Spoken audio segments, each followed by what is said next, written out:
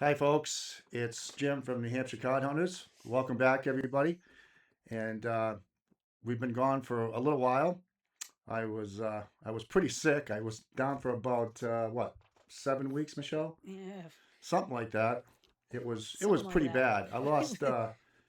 I lost 16 pounds, and it was nothing short of just unbelievably um, s- Frustrating. well, frustrating for me, and it was terrible. I Ooh, just couldn't eat for a while. I had everything going, the cough, the whole 9 yards. So it took me a while to get back, but I am finally over the hump here.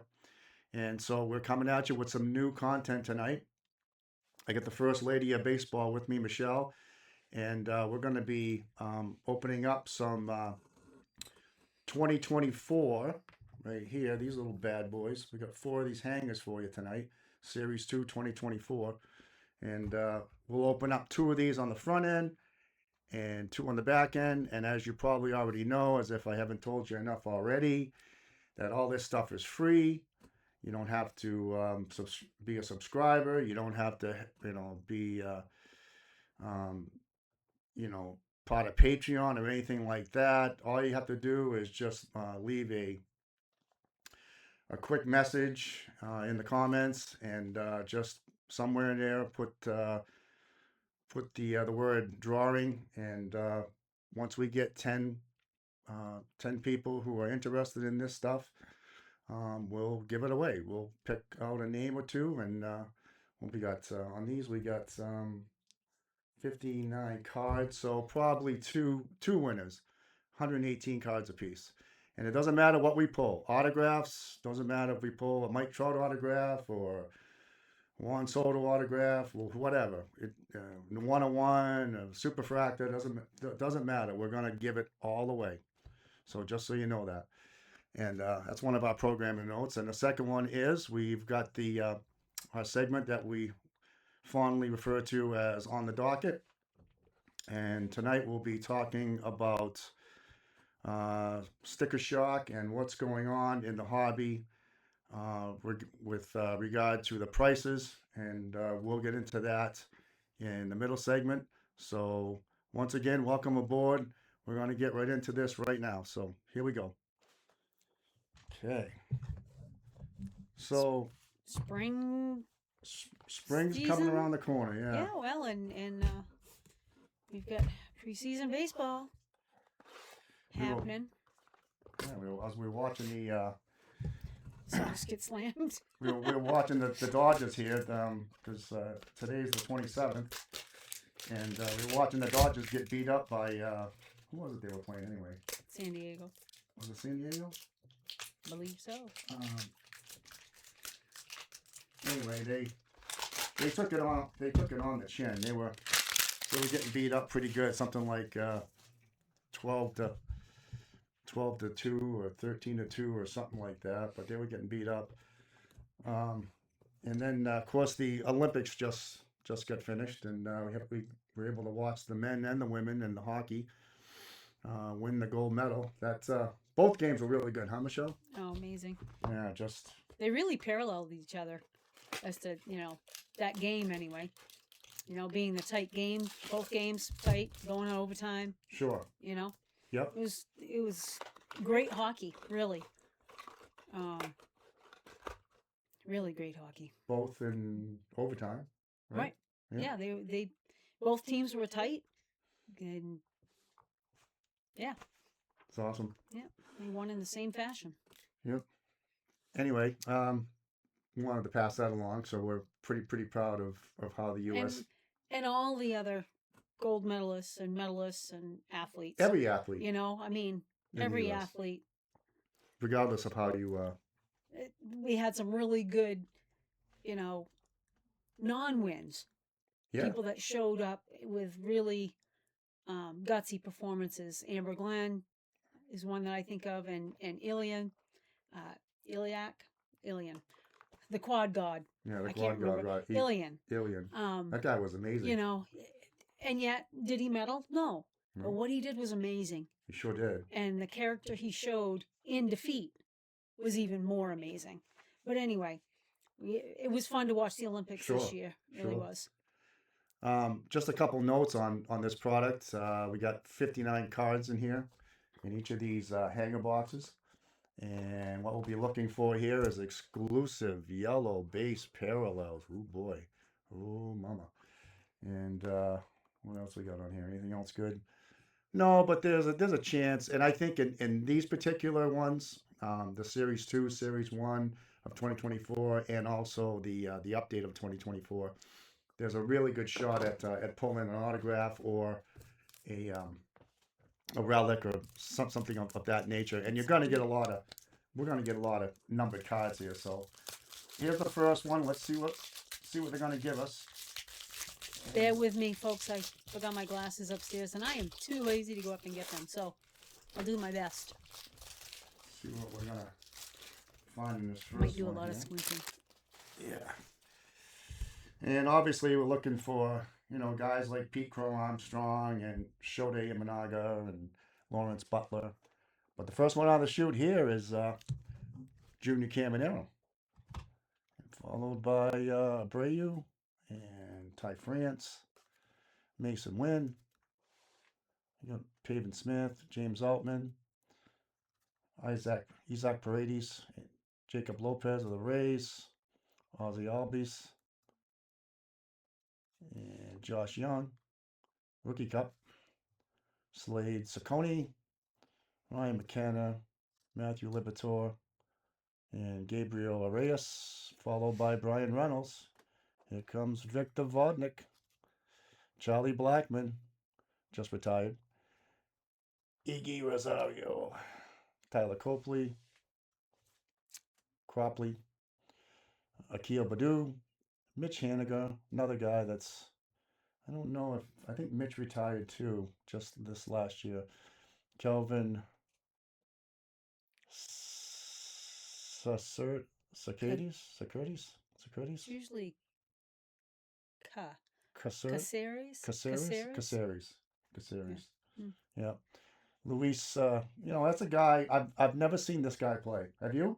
Mm-mm. In all the baseball we watched? No, I mean I had to think about how to pronounce his name. Right. And I mean, of course, we played the Angels a couple times, so Yeah. home and away. Luis Garcia and Whit Merrifield, and there's I forgot about Yamamoto. Yeah, he's in here too. Mm-hmm. Right. There he is. Yeah, he pitched today. Yusunobo Yamamoto. We'll set that one aside. That's a good one. And Dominic Fletcher, there, Dustin May, Parker Meadows, Dylan Carlson, Graham Ashcraft, Aaron Nola, Kyron Paris.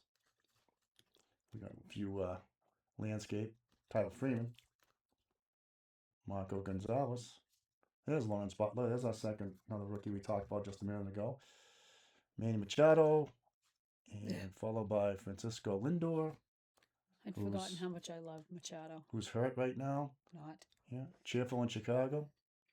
Boom. And we got Carson Spires and Brendan Pfaadt. Looks like we got a goal coming up, ladies and gentlemen. Javier Baez and prior teammates unite. Let's see what we're gonna get here. We know we got at least one gold. Set this over here. Move these back a little bit. All right, what we got here? Motivated in Minnesota. Best of the best, right there. Betts and Devers. Followed by Francisco Alvarez. And that's Future Stars. And Zach McKinstry. Here we go. We got to go. Here's the good stuff right here. Put those right there. Logan Porter. And that's obviously numbered to 2024. So we got one gold card there. And Oswaldo Cabrera in the blue. Retail blue.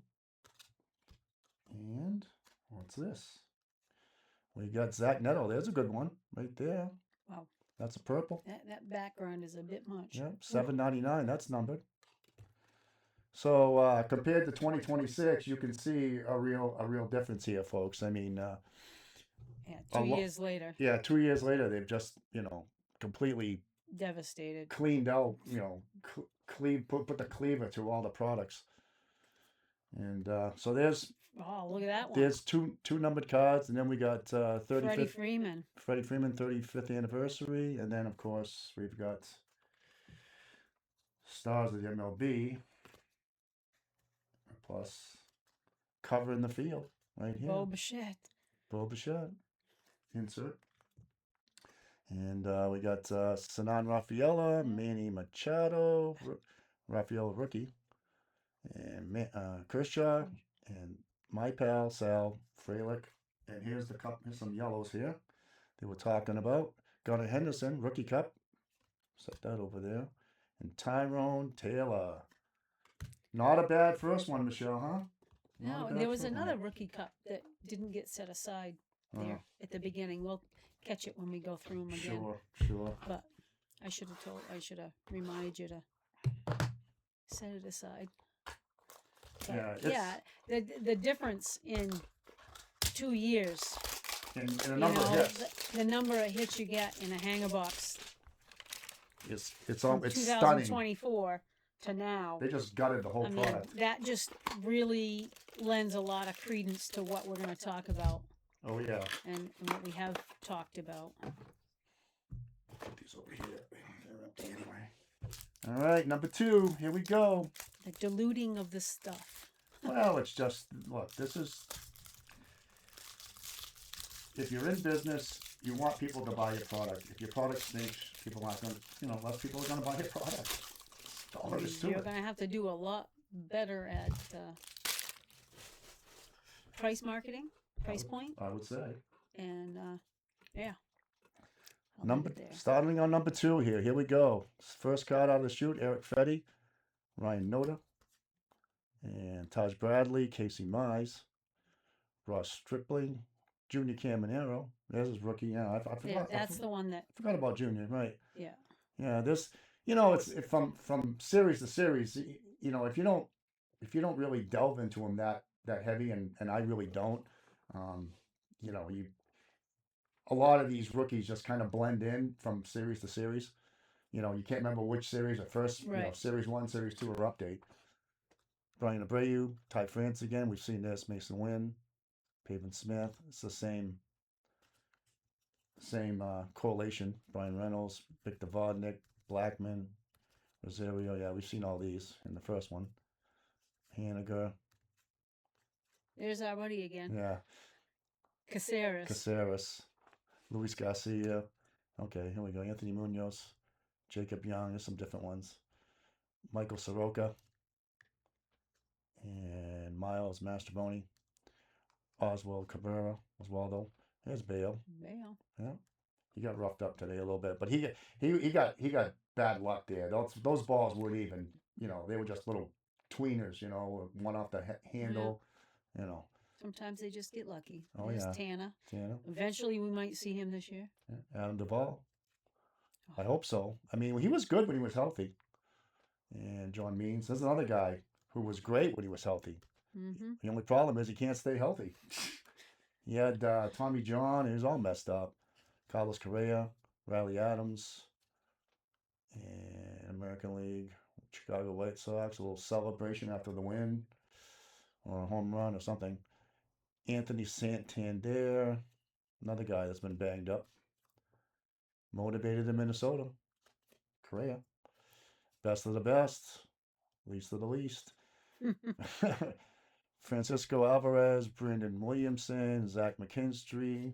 It's not his rookie, is it? No. It's been a year before. National League, Pittsburgh Pirates. Boy, they're going to be better this year. They got They better. picked up a few people. They got better. Marcelo Osuna. Speaking of getting better, that's one of the guys on Yeah. that came over to him.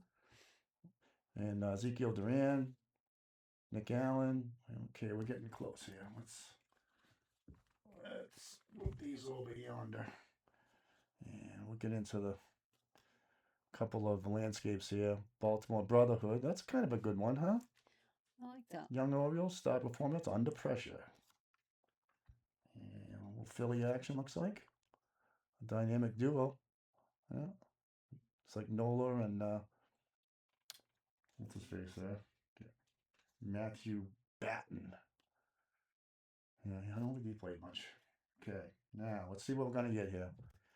Here comes our Stars MLB Chrome. Looks like. I don't know. Yeah, it's Chrome. Yep, right up there, left corner. Boom. We'll set that aside. Man. And there's a blue. And a White Sox team.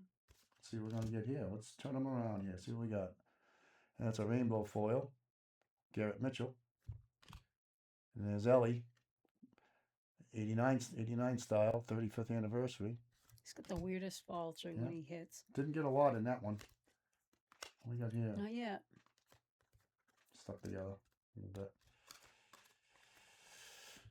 Austin Riley's around the horn. It's an interesting insert. Hmm. Yeah, not numbered or anything. And then we got the Stars of MLB, Caminero, Mason Wynn, Altuve, Gunnar Henderson. And look at all these yellows. My goodness. Wow. 4 of them in here. we get a double dose. There was Double only dose. supposed to be 2 in there. Now we got 4. Irving Lopez. And postseason prominence. Followed by Drew Rom and Edward Cabrera. So not bad, not bad. We got a couple numbered cards in there out of the first 2, and we still got 2 more to go, ladies and gentlemen. But now we are going to swing into the middle segment of our video, and we call that On the Docket. And in this section, we're going to be talking about the recent jump in prices to all products that Topps has been producing lately, and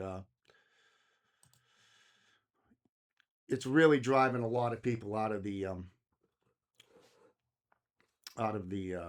hobby, and or a lot of people to not buy any products.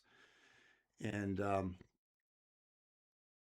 you know, it's really getting to a point now where I think everybody should be concerned, because it's a lot of money for a lot of product with not a lot of hits in it. Just look at 2026 this year. They've really taken hits out of the box. They've jumped the prices. You know, from blaster boxes taking out packs to hanger boxes going up to hobby boxes, you know, increasing every year. And like I said, you know, it's funny, but in 2024, you know, we were talking about hobby boxes that were, you know, $40 a box, right? And now we're seeing, you know, hobby boxes at 105 or 110, and depending on, you know, on whether there's anything in them or not, and you know, a good rookie class, or um, you know, a number of hits in every, you know, in every hobby box, in every jumbo box. Those are the drivers that will either get people to buy the product or drive people away from it. So we've got a little PowerPoint presentation that we're doing on this particular issue, and we're gonna dive into it right now. So let's see here. Let me just get this up for us here, and we'll start diving into it. And transitioning, and that's good. Okay. We're gonna get this slideshow rolling here. Let's see here. Okay. While he's messing with that, we've got the Pride of Maine right there on that box. Right. Cooper Flag. Cooper Flag. He's fantastic. The real deal. I think so. Okay. Let's see here.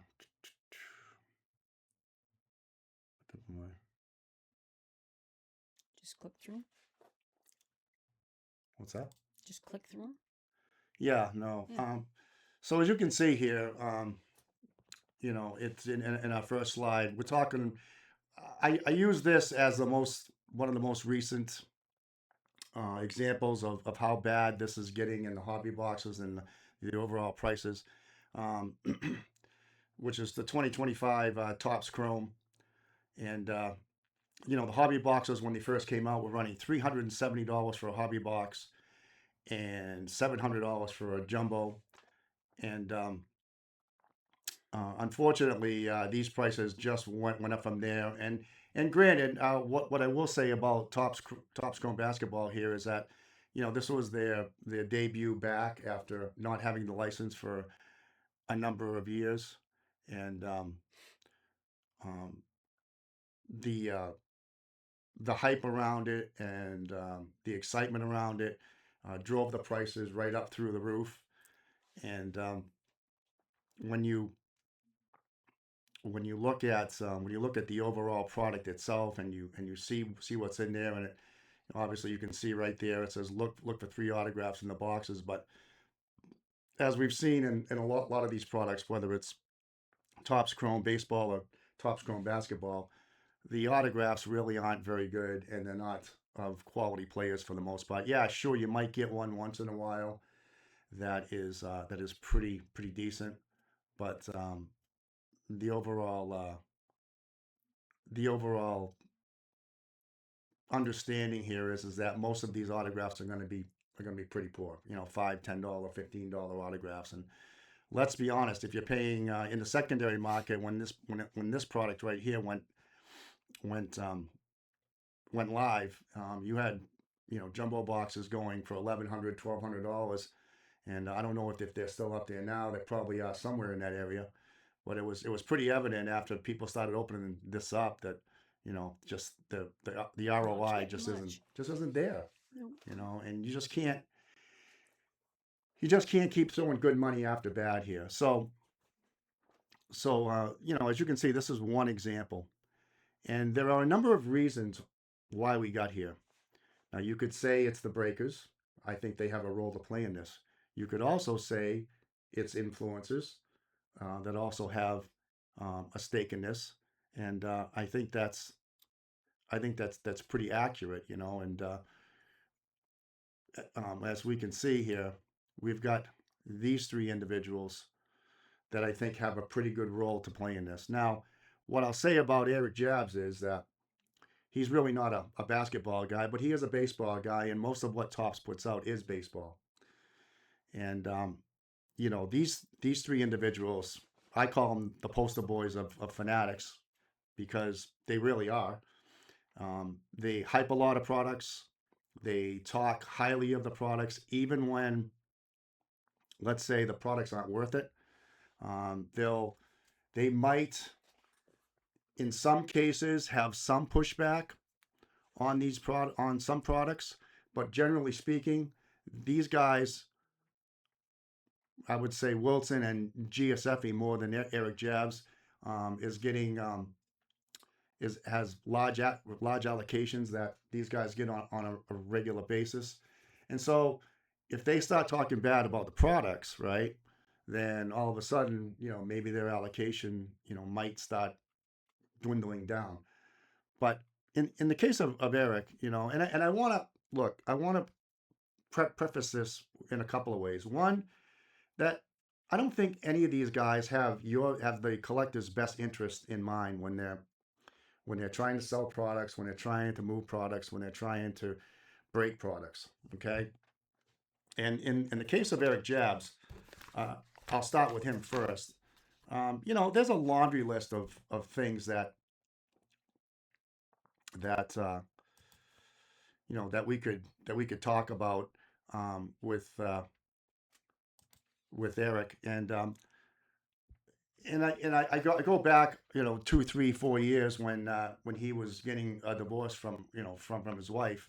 Um, the reason why I bring that up is because this is a guy that when this all this was going on, he basically went belly up on eBay, and he left a lot of his Patreon members and people that had won items from him. They never got any of them. So eBay ended up suspending him first and then banning him for that involvement of basically leaving all of these people high and dry.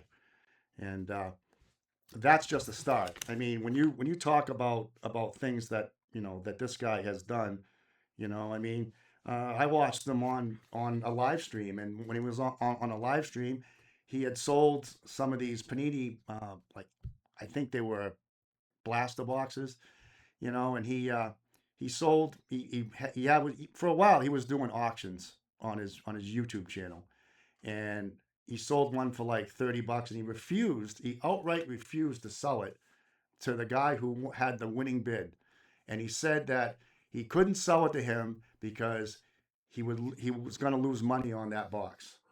Well, ladies and gentlemen, I'm sorry, but if you've been on eBay and you put stuff up for 7-day auctions or whatever, you understand that, yeah, your product could go for a lot of money or it could go for a lot less money. And in this particular case, I guess Mr. Jabs wasn't all that happy about it, but this is a guy that never had to like give away anything on a fairly regular basis while the pandemic was going on. And then all of a sudden, as things start to dry up a little bit, all of these guys are doing massive giveaways on Whatnot, or if they're on Fanatics Live like GSFE is. All of these guys have been forced to basically give away packs and boxes and things like that just to get people to show up at their breaks. And that, but I mean, when you're doing things like refusing to sell boxes to people because they have to basically saying to them you have to pay more. I'm sorry, that doesn't work that way when they actually had the winning bid. And when we talk about Fanatics fanboys, there's a guy like Eric Jabs, when when the I'm trying to think of the product here. Let's see here. It'll come to me in like 1 second. Big League.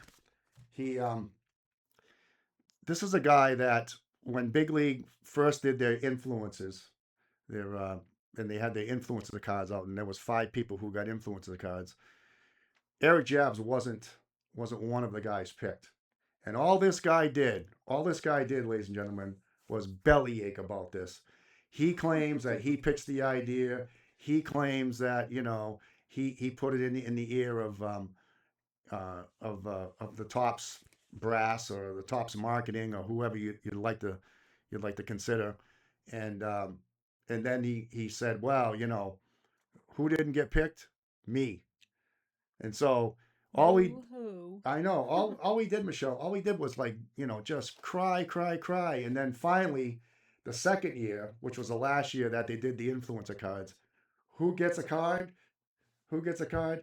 This guy gets a card, right? And all he did, he couldn't wait. He couldn't wait to fawn all over himself as soon as he got it. He was out there. I don't know what I'm gonna do. I don't know how many people are gonna want me to sign my card. I don't know what I'm gonna say. It was just like it was like a 5-year-old just figuring out how to tie his shoes, right? It's like, oh, I can't believe I just did that. It's so awesome. I learned something new today, you know. But this is a guy, who's done, a lot of what I would call questionable things. And I would say all of these guys rank in that area. But Jabs is one of the guys that hypes the product all the time. And back, in 2020, 2021, 2022, when you couldn't, he'd put a break up and it would fill up in like 5 minutes. Um, you know, he'd be like, "Oh, this is great. Look at the hits." Well, they're not saying that anymore. And so he's one of the guys that I would say, if you don't like the product, then why are you buying every product as soon as it comes out? No matter if it's Museum Club, he opened up all Series 1 2026. And, you know, yes, he's doing preview videos on that. But if you know it's not good, you've already like done the blaster boxes, you've already done the hanger boxes. Do you think the fat packs or the mega boxes are going to be any better in retail? No, this is a two-headed monster. And Fanatics is just using these guys as conduits right? To basically push their product, tell everybody how good it is, even though it's not that good, and then, move on to the next release. And that brings us to a guy by the name of Jeff Wilson right here. And Jeff Wilson, folks, I gave you a little rundown on Mr. Wilson. And you know, if you're going to be an influencer, this is just my take on this. If you're going to be an influencer, you should have a pretty good knowledge of the products. You should understand. Um, you should know a lot of the players, both past and present. And you should have a real grip on the sport that you're talking about. And I can tell you that if you've watched any of Mr. Wilson's videos here, that he doesn't know what he's talking about. Okay, case in point, opens up a box of 1980 tops, and he's butchering almost every single name in there. Guys, he called Louis Tiant, Louis Taint, and so on. I mean, this went on, and it was embarrassing.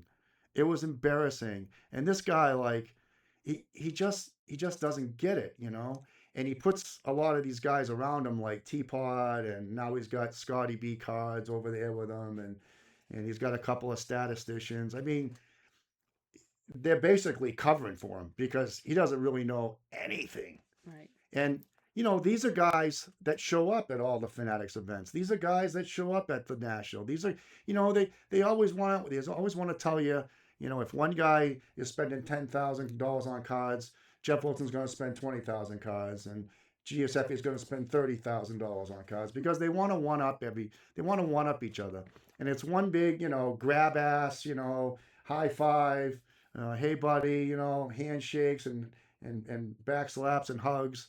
These guys all know each other. They hang out at all the parties. They go to they're all invited to the Fanatics parties, and they're complicit in what Fanatics is doing. But what they don't understand is that pretty much Fanatics is going to leave them high and dry, because in the real world, I mean, Fanatics is concerned about is one thing: sales, gross sales.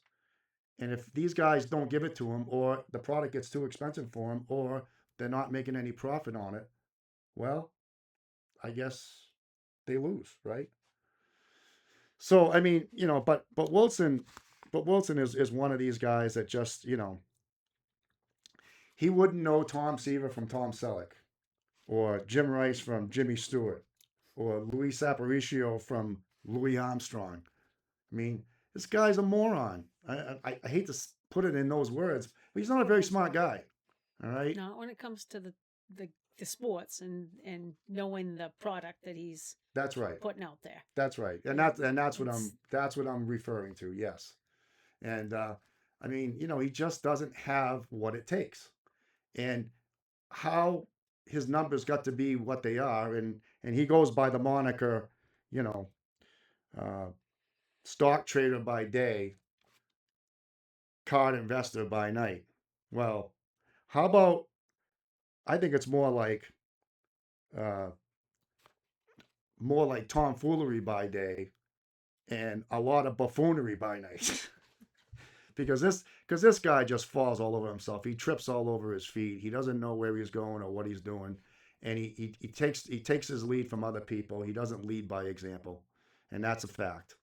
And then so you understand, this is a guy that bought Topps Mercury, folks, at like $4,000, $5,000 a box, and as an unlicensed product that there's just no way you could make your money back. There was a guy over at Don's who owns Don Sports Cards in Portland, Maine over here, and this guy bought, in order to get product, in order to get allocation from Fanatics, he had to buy a $7,000 Mercury box from Fanatics, and only then did they start giving him product, and then not a lot of product.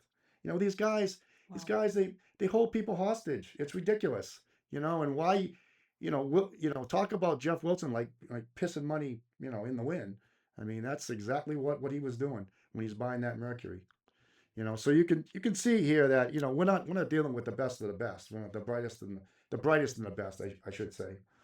And then we get to Mike Giuseppe. I like to call him Mikey, because he's he's an interesting guy with interesting ideas. Um, he's he's been around for a while. All these guys, Jeff Wilson, I think, has probably had the least experience. I think Jabs came back into the hobby about 2015. I think that's where Giuseppe is too. So they've been around a little while, and but we're talking about a guy here in Giuseppe. He's a breaker. He's got a media company. With a bunch of these guys. I don't know where he got them.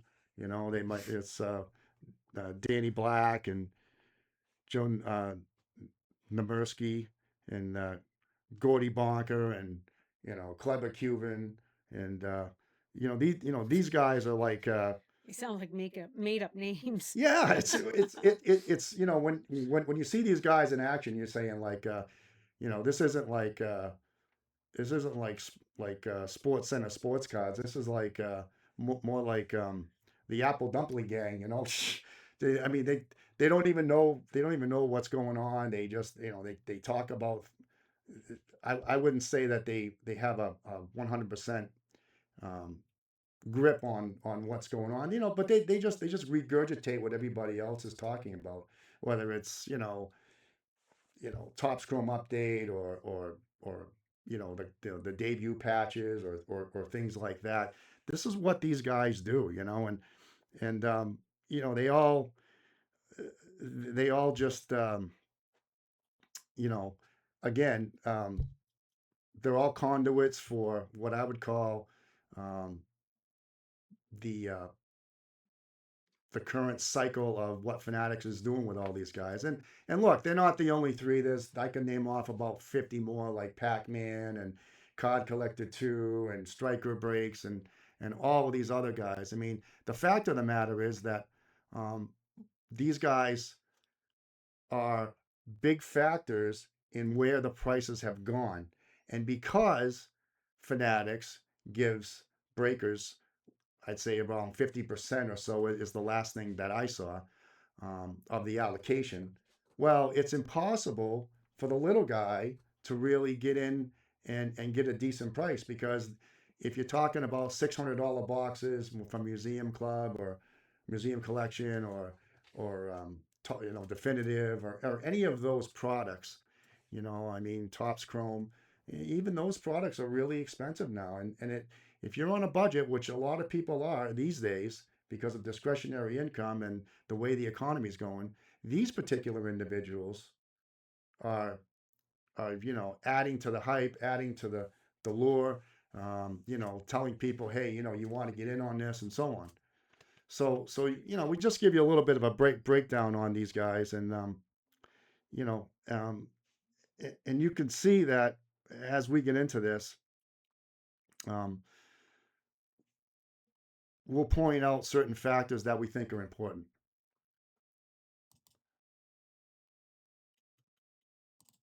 All right. Now I want to go on the record here because this is where I stand. Okay. And If you can't already tell. if you haven't already figured it out, for the record, I hate breakers. All right. I think breakers are the number one reason why we are where we are in the hobby today, and they need to go. All right. And a lot of these individuals, maybe not every one of them, but a lot of these individuals and others, in different formats, um, possess questionable ethical and moral values. It's there's no lie. You see it every day out there. I mean, Dan the Card Man reports it. Sports Card Radio reports it. I mean, Professor Sports Card talks about it. They all talk about it. There are a lot of bad apples in the crate, and there aren't that many good ones. In many cases, they have limited knowledge of players, checklists, and/or the products. I think that's pretty close to right. They show little or no empathy, compassion, remorse, humility, or humility to the overall collector. And I think that's a fair statement here, because a lot of these guys don't really care about how many people are in their breaks as long as they fill those breaks. They just got to move on, move the product, get it out of here. If you if you bought like Eric Jabs did, like Knucklehead did when he found out that he had a card in in Big League, an influencer card. Before he should have checked his email, because if he had checked his email, he goes out, first of all, he goes out and buys 62 cases of Big League hobby boxes, right? Hobby cases. And So he can then, get his card. well, yeah, because He wants to get a because card. he knew the odds of like pulling all the influencer cards total. So he goes out. He goes out and he says, well, I in order to do this, and he did said it in the video. He said, yeah, I have to buy like 62 cases. Well, he finds out that all the other guys are like showing off the cards they got from Tops of themselves.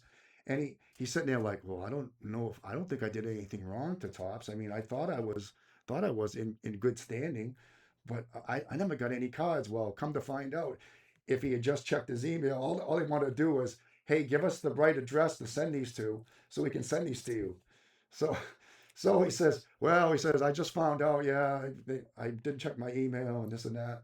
So if he had checked his email, and then they sent like 20 of them in the mail to him, so he could hand out to family and friends and stuff like that. That's what I'm talking about, though. These guys are like, it's like blind leading the blind around here. Anyway, these guys are predatory by nature. No question about it. Driven by greed to fleece, exploit, rape, pillage. I think those are all pretty accurate.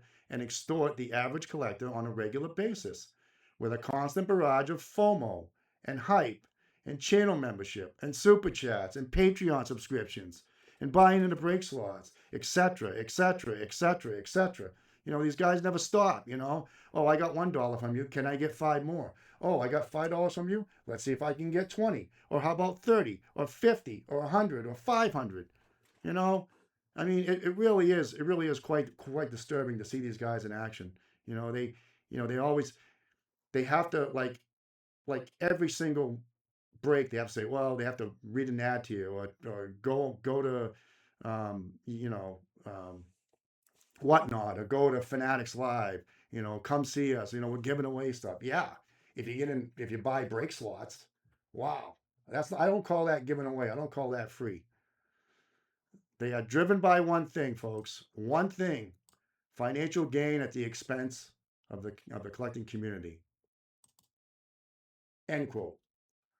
And most of the time, due to product allocation, are at the behest of their masters, which I think is pretty accurate these days, and are unwilling to push back, for the most part, against corporate monopolies like Fanatics. And let's call Fanatics what they are. They are a monopoly in 3 sports. 3. Now they are. Now they are. That's right. So, I just hammered everybody on that. Yep. Hammered those guys. I think you can get to the next slide. So, I really want to focus on Gio, because I think Gio is one of the big faces here in everything that's going on. And I think it's only fair to kind of single him out a little bit, because he has more of a stake in this, I think, than other people have. And, what I find funny here is that Gio went on let's see. Gio came out when Topps Chrome Basketball was first being sold. And when he saw the pricing, he said, wow, I think this pricing is really out of line here. And so it wasn't very long after that he gets a call. And for the record, I mean, I think he was right. I think the pricing was out of line. I said, I don't think so. I think he was right on the line. And after posting his video, like I said, Fanatics made a call to him. And apparently, according to what he said on the video, they made some very compelling points. Wow, really? Really? But did he state them? No, No, he didn't. No, just he said didn't. they He didn't made state them. compelling points. He didn't state them. But when you talk about compelling points, and he basically went on to say, well, I was wrong, because he saw the secondary market, and he saw he saw where the prices were going, so he sort of backed down. He said, "No, I guess I was wrong." But really, was he wrong? I don't think he was. And for the record, he really didn't say much about the call. But let me tell you how I think the call went. Oh boy, here we go. And yeah, right. Because I don't think that call went quite as smoothly as what he was saying on record. So let me give you my version of what I think went on here. Buckle up, folks. Buckle up. Yo, Mikey, it's Guido calling from Fanatics. How you doing, Paisan? Listen, Mikey, I'm calling on behalf of my boss, Michael Don Corleone Rubin. And it has come to our attention that you've been saying some not so nice things about our products. And in particular, about our Topps Chrome basketball products. Now, Mikey, we understand that you got some very nice houses down in Tennessee. And that we also send you a very generous allocation of Topps products on a regular basis. So we'd appreciate it if you would do us this favor and stop talking about our products. Capiche? Because it'd be a real shame if, something were to happen to some of those houses down in Tennessee, or maybe that your allocation might get lost in the mail. Do we have an understanding here? Folks, this guy is the biggest fraud east of the Mississippi, okay? And there's a whole bunch of his buddies that aren't really that far behind him, all right? I'll bet you, as soon as he got off the phone, he was on the first plane out of Knoxville to fly up there, to fly up and go see Michael Rubin in person and personally apologize while groveling at his feet and kissing the ring. Maybe more than once. This guy is like I say, these guys are so worried about, they're walking on eggshells. They're so worried about, oh, if I say something bad, or if Mike Mahan calls me or somebody like that, and then they say, you know, you were out of line. You better stop it. Otherwise, we're gonna slap you on the bum. I mean, come on, man. Come on, man. Come on. Grow a set. Come on, Mike. Come on, Mikey. Come on, Mikey. You got any balls? Come on, man. Cheapers, creepers. And look, Mr. Giuseppe has, he loves talking the talk and walking the walk, right? Or at least he thinks he does. He thinks he does. All right. Giuseppe wouldn't know a good time, and those other two put him in there with them. They wouldn't know a good time, but bit him in the ass. All right. and look, I've seen this guy in action, and you guys probably have too, on eBay Live when he does a guest appearance for DC Sports, right? And he's in there, and he's talking it up, and he's everybody's saying. I heard this one guy say, "Well, I like Gio because I think he's a good guy, and he talks to me in the live streams." That's what a live stream is. Well, whoop-de-doo. Wow. Okay, wait a minute. Maybe I missed something here, but this guy likes him because he talks to him during a live eBay sale.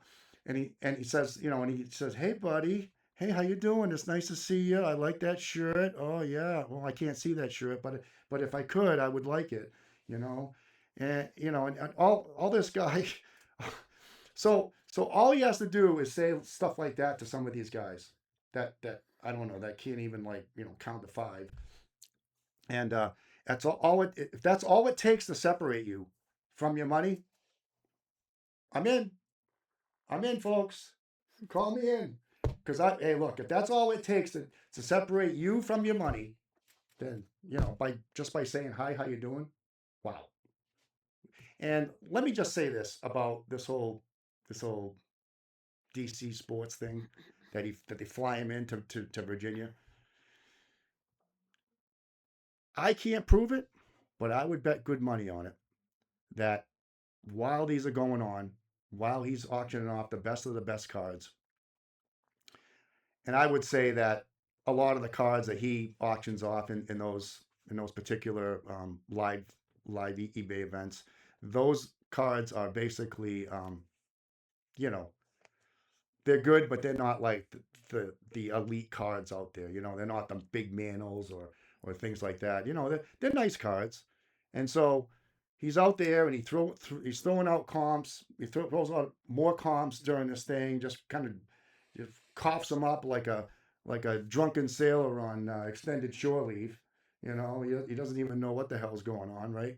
He's just saying, well, I've seen comps on this. It's like 500. I've seen comps on this. It's like, whoa, it's like it's like 300, you It's going know, a little crazy, folks. so and then you got to get all these sycophants in there, that show up and kind of hang out and they're drooling, waiting for the next word out of his mouth and then you got what I would think is going on. I think you got about like half a dozen, maybe 10 people in there. Some who gave him cards, some who, DC Sports maybe bought cards off and they have cards in it that are theirs or they're on consignment.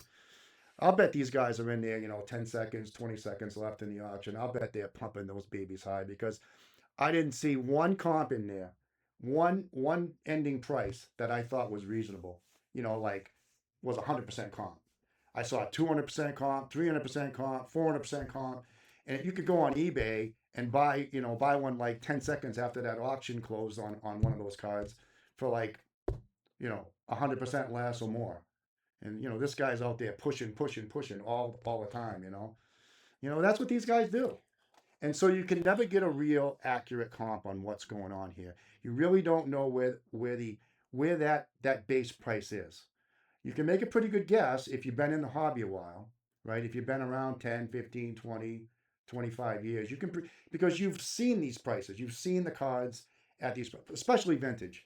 You've seen these prices where for someone like me, I've been in the hobby, well, 7 decades. um, I've seen what these cards sell for. I saw what they sold for in 2000. I saw what they sold for in 2007. I saw what they sold for in 2012 and 14 and 18 and 22.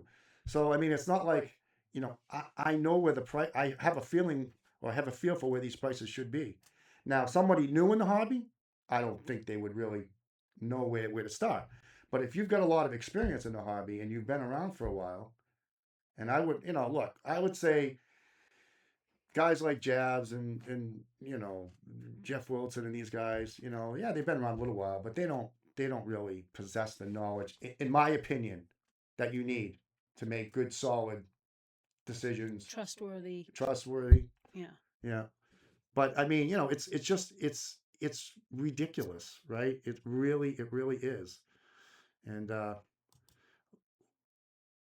let's get back to the let's get back to the slideshow here. I want to finish this up. But yeah, I mean, I just I wanted to focus on him a little bit more. So as you can see here, I left off in the middle here. He talked about the compelling points, But he didn't talk about but he didn't say what they were. And then and this is a guy that likes to like shoot his mouth off all the time. He likes to talk down to people. So he made this comment. I think it was in Professor Sports Guide. He said, "Well, no, maybe it wasn't. It was on his own channel, Sports Guide Nonsense." And he said, "Well, there's all these guys out there that, say that, well, I'm not taking any sponsor money. And he says, well, that's cool. But he says, as for me, he says, I'm a corporate shill. I'm going to take as much as I can get. I'm gonna I'm gonna sell my soul for $10 or whatever. But what I would say about that is, sure, uh, not taking sponsor money. May not necessarily be cool, or maybe be, let's say, uh, um, put more money in your pocket, right? But it does give you independence when it comes to fair and honest commentary. And I think that's where kind of Gio kind of has to draw the line, because he has to be careful here, because if he says too many negative things, Another Mikey Guido phone call. yo, Mikey, I'm sorry, but I gotta cut Sorry, off your I got him allocation. going again. Yeah, right. But really, I mean, I think he was right. There's no defending this price point on Topps Chrome basketball. There's just no defending it. You can say anything you like. You can say, well, there's big autographs in there. So what? So what? There's a Mickey Mantle in Topps 2026 that you can pull a 52. It's probably a PSA 1, or something like that. But you can pull one. The odds are like probably 100 million to 1 to you to pull it, but you can pull it. And then he says, these are some of the things that really bother me. Some of the things he says. You can continue to complain, or you can adapt to these prices. Really? Really? You're asking all these people that are on limited budgets to adapt to these prices. And you know what? If they want to complain about them, I think they're right in complaining about them. And everybody should be, including you, Gio, including you, and Jabs, and Jeff Wilson, and the rest of these bozos that call yourself influencers. All right? You don't even take it seriously. You want these prices to go down? Then, make a stand. Make a Stop buying stand. it. I said, and then it's like, it's, in my opinion, it's not getting any easier for breakers to turn a profit. Resorting to constant giveaways to fill up breaks. Okay. If your average profit on a break is like 10% and you're giving away product, you're probably like down to like 3%. I mean, honestly, is that really smart? Is that really worth your time, effort, and endeavor? I And would argue selling your soul. I would argue that it isn't. I would argue that it isn't. So let's talk about Mr. Giuseppe a little bit more here, because I think it's only fair, right? I mean, hey, look, he wants all the limelight. He wants to be in the show. Here you go, Gio, right in the show. These I took these right from the things he said. These are accurate quotes of what he said. If Fanatics wants me to dance, I'll dance. So that means he said this on if you go back and look at his videos, he said, yeah, I'll do whatever it takes. They want me to dance. I want me to run a mile, I'll run a mile. I want me to do shows for them, I'll do shows for them. I'll toe the corporate line, he said, unless they cut my allocation. And then what? And then so now he's going to get mad about it? Maybe he should be willing to do that, right? Willing to kind of say, okay, yeah, maybe I need to draw a line in the sand here. I'm not bragging, but neither of our wives has to work. Well, thank you for that tidbit of knowledge in that little tiny brain of yours, because no one needs to hear that, all right? Especially not in this economy, No, dude. no. And then fake outrage isn't a compass. Who says it's fake? Who says it's fake outrage, Gio? Huh?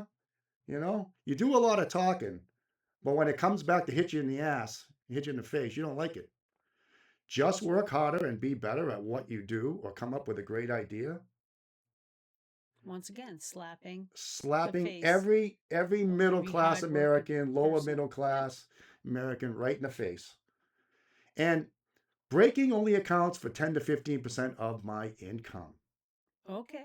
So if that's the case, Why are you doing why do you care whether or not Fanatics cut your allocation or not? If it's only 10 to 15%, because he's in real estate, he's got his media group there, the Apple Dumpling Gang. And he's got, I mean, these guys, and then he has to go and say, well, I've got plenty of money, so it's not a big deal. Okay, so if it's not a big, again, I go back. If it's not a big deal, then why are you talking about it for? Why are you talking about that? You know, if they want me to dance, I'll dance, right? So so I was thinking about Gio, and I said, okay, well maybe there's something wrong with the guy. Maybe he's sick. Maybe he's not feeling well. Maybe mentally, maybe he's, the pressure's getting to him. Maybe maybe he's going off that deep end, and maybe that's why he's lashing out. He's he's maybe he's crying for help. I don't know. There's something going on there, right? But I looked around, and sure enough, I found out what's going on. Breaking news, folks. Breaking news. We've got it. We've got it right here. We've got the headline for you. You saw it here first. We think we know what's wrong with Mikey Giuseppe. Yes, we do. Yes, we do. And after the information that I found, I think he's suffering from a little known, right here, little known, often misunderstood illness called the Napoleon syndrome. Yeah, that's right. And individuals with this illness often exhibit an insatiable appetite for attention. I'm thinking, hey, that's Geo. That's Geo, you know, which explains the desperate need to be seen and heard on a regular basis. Also, Geo, he's on every podcast known to man, right? I mean, look at it. It's got to be. It's Geo. This affliction tends to target individuals who are short in stature. Geo, I think he's like 4'10". One of those wee folk. I think. You know, strange folk, small hands. He's going a little bit crazy here, folks. I'm not even 5 feet, so yeah, move along there, Chuck. All right, and it is also known as little man syndrome. Other symptoms include, but not limited to, delusions of grandeur, especially when referencing their financial wealth. Again, Geo, many times attempting to overcompensate for feelings of inferiority due to height, oftentimes sprinkled in with a brash sense of bravado, a dash of arrogance, and a healthy dose of attitude. Boy, if that's not Geo in a nutshell, I don't know what is. It might. I mean, the other guys are a little bit too tall, but they exhibit some of the same symptoms too. And well, unfortunately, there isn't any cure for this illness. But but food therapy, I'm told, has been known to calm the beast in a form of a flavored jello or snack pack puddings, like maybe some tapioca, something like that, strawberry jello. So, uh, Having a little fun there, Jim? well, um, I think I think Mikey, send me your address. I'll send you a care package with some tapioca pudding. I'll throw some throw some butterscotch in there for you too. A little bit of Jello. We'll fix you right up. If there's something else you need, you let me know, and we'll make sure I get that out lickety split to you. And but but as you can see, obviously, we're having a little fun with Mikey here, and I'm sure you'll find the irony in it. But I'm not. but the bottom line here is that you know what we should be doing here is calling attention to all of the prices that are going on out there, to every single product that's happening. And look, it can't be just Michelle and I out here talking about this, and it can't be just a handful of people. Everybody needs to really, if you want to reel in fanatics, if you really want to make a difference to this hobby, and you really want to get products that are properly priced, then you need to change the way that it's being distributed, and you got to have guys that are willing to stop, taking the product from Fanatics, and whether that means changing the way that you open up products, or just boycotting the whole thing. I mean, because I can see a lot of people kind of dropping off here as this thing gets worse and worse, right? And if they're only gonna Fanatics is eventually just gonna go to giving allocation to individuals, who are on the Fanatics Live site, then it might not be that long before most everybody is basically, with a smaller portion of hobby boxes and mega boxes and breakers delight boxes and stuff like that. I can physically see that, it wouldn't be that long before a lot of the breakers are out of the game, and on margins too, because I mean, as these prices keep going up, it keeps getting tougher and tougher to fill breaks. So, folks, um, we're going to wrap this up in just a second. We hope you liked what you saw, and we hope that it was informational and educational for you, as well as entertaining. along with a little satire in there.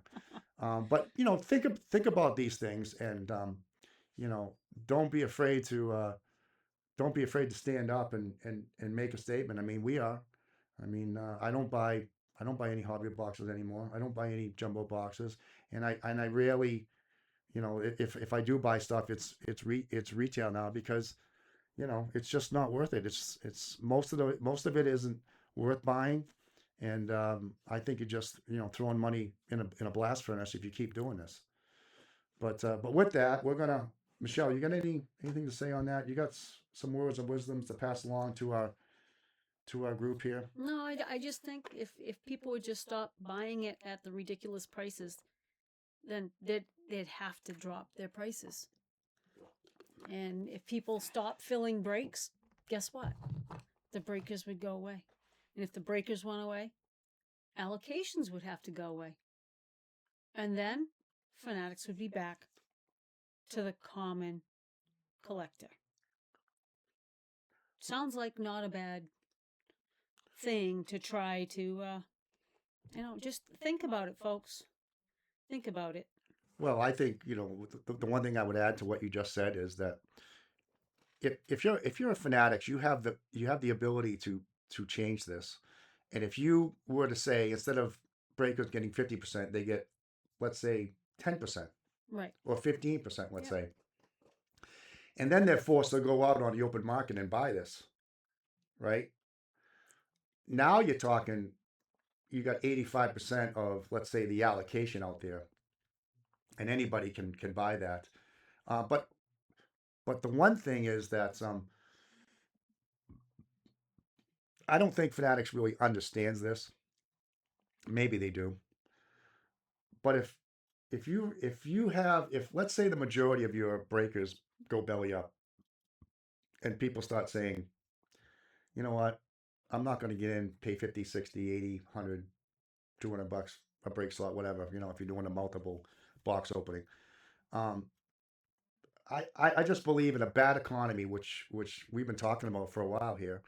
I mean, look, just go out and talk to your family, go out and talk to your friends, go out and talk to your coworkers. Ask them. You say, you know, do you have more money today than you did 3 years ago? Do you have more money in your bank account? Are you better off? Do you make more money? Are your is are your groceries cheaper, or anything like that? Is your electric bill cheaper? Is your cell phone cheaper? Is your cable bill cheaper? Is your streaming subscriptions cheaper? And I'll bet you 99.9% say they're more expensive. So if you're Fanatics and you want to stay in business, this is just my advice to them. Hold the line on your products, and certainly bring your product prices down, because this is just, to me, they talked about 10x in the hobby, and I see this is exactly what they were talking about when they bought Fanatics, and when they bought Tops in 2022. All they want to do is just 10x the hobby for themselves, or 10x the amount of money that they're bringing in. They don't want to 10x the hobby for the regular hobby guy. I mean, where's the benefit for the average collector? That's what I want to know. Where's the average?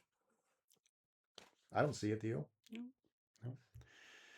All right, ladies and gentlemen, we're gonna Go back to the hanger boxes. go back to the hanger boxes. We're gonna slide our way back into the back Reality. end of this video. So thanks for listening. Tell your friends about it too. Come have them watch. And if you have any comments, you leave them. And if you don't agree with anything that we said, well, we welcome those comments too. Okay, this is America. You have your right to express your thoughts. And don't forget, if you drop a comment and say, I'm in on the drawing, hey, that would help too.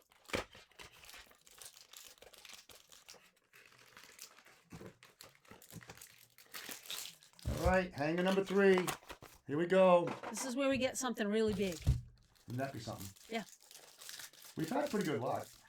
Oh boy, our first videos, if you haven't watched some of our earlier videos, we kept defying the odds after defying the odds after defying the odds. And you can go back and watch them and, you know, check out what we pulled, because we pulled some really good stuff. Yeah, we did. All right, here we go. Number 3. Starting us off, Vargas. Garrett Whitlock. Oh, that's a good one. Yep. And Max Kepler. Being a Sox fan. Justin Turner. Another good one. Yep. New York Mets. Well, I don't think we've seen these. No. Kelnick. Birdie. Bichette. Now a New York Met. Jonathan Ornelas. Jake McCarthy and Jesus Sanchez. Marcus Semien. There's Trevor. Trev. Yeah. Two Trevors. Trevor Story, Trevor Larnach, Victor Robles. Good player. Kansas City Royals. And we got Cedric Mullins. Another good player. Yeah. Blake Perkins. Josiah Gray. There's Shota Imanaga, rookie. Set that aside. Ketel Marte, Sandy Alcantara, Andrew Heaney, Jose Tina, Reese McGuire, Spencer Steele, Rookie Cup, Heston Kjerstad, Lyndon Richardson, and Evan Phillips, Lucas Sims, short-time Red Soxer, Jan Makata, Jackson Rutledge, Jose Siri. Set these over here. Dodgers lineup stays dangerous. They're getting older though. Betts and Freeman. Drew Rom. We've seen these. Cabrera, Lopez, Brett Sable, Anthony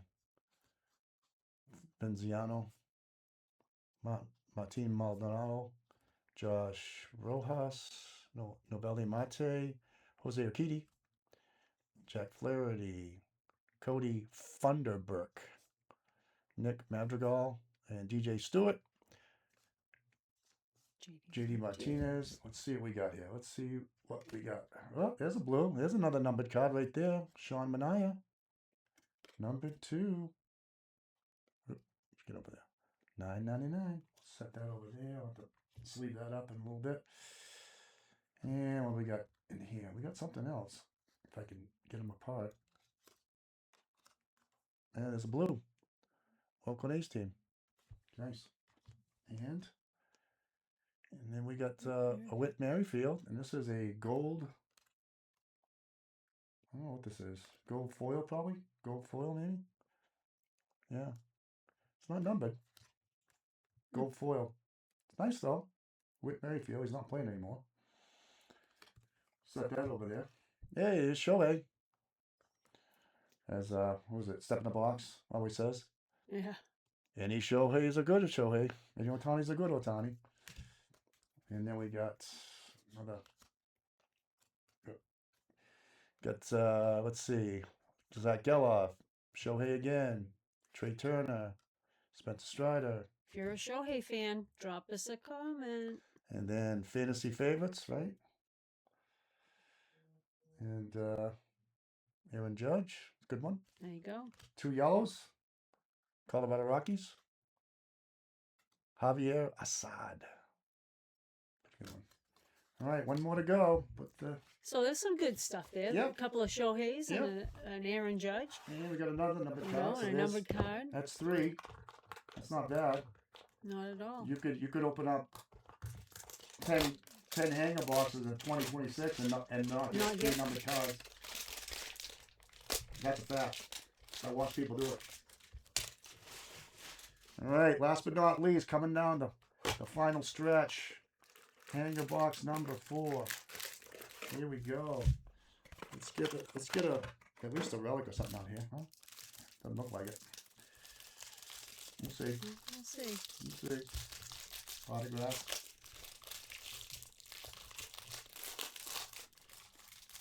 See Joe Kelly on the bottom. Joe Kelly. Fighting Joe. Colin Selby, Anthony Rendon, he's out of baseball. Austin Bonds, Tommy Edman, John McMillan, and Raciel Iglesias. Iglesias, yeah. Lourdes Gurriel Jr. and Alex Manoah, still trying to make it back. Winans. What we got here? Oh, Travis Deneau.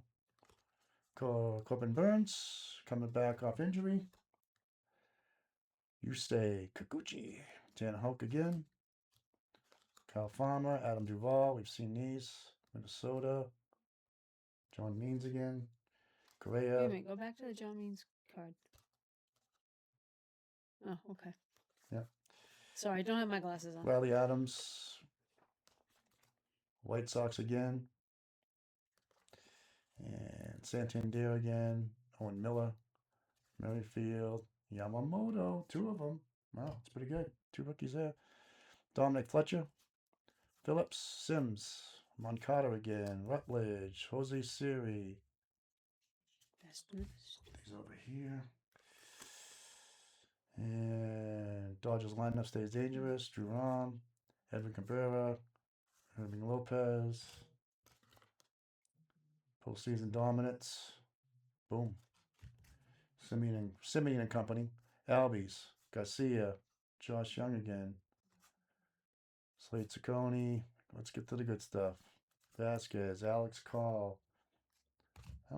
Pretty good player. Pretty under the radar. National League. Colorado Rockies. Assad. Rondo. Jock Peterson. Rodon, excuse me.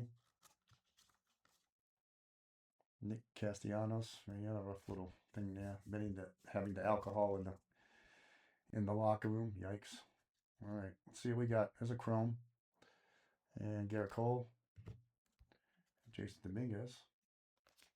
Let's see what we got here. Let's see here. We got Prince Fielder, 89. Yeah. Oh, look at Look that. at that. There we go. Yeah, sure. It's a rainbow foil, but it's still Yeah. Shohei. I'll have to sleeve that up, definitely. Mm-hmm. And Jason Dominguez. I can't remember what these are called. But yeah, Dominguez. It's not rare.